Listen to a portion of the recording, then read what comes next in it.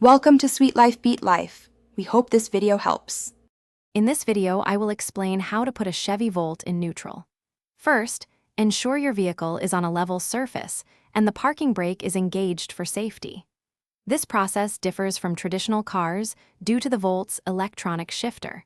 We'll cover the exact steps to prevent any damage or unexpected movement. It's crucial to follow these instructions precisely to avoid issues. To begin, press the start button without pressing the brake pedal to turn on the accessories, but not the engine. Next, firmly press and hold the brake pedal. Now, with your foot still on the brake, move the gear selector to the neutral position. You should see N illuminated on your dashboard display, confirming the shift.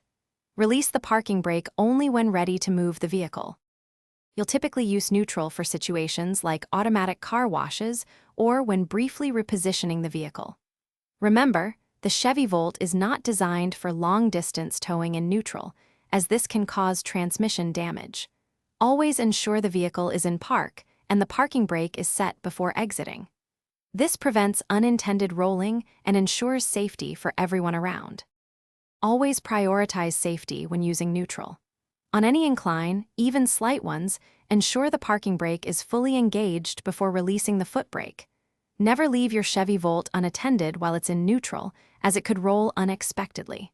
For a fresh ride, check out the link in the description for Little Trees, Black Ice, and other great deals. Thanks for watching, and drive safely.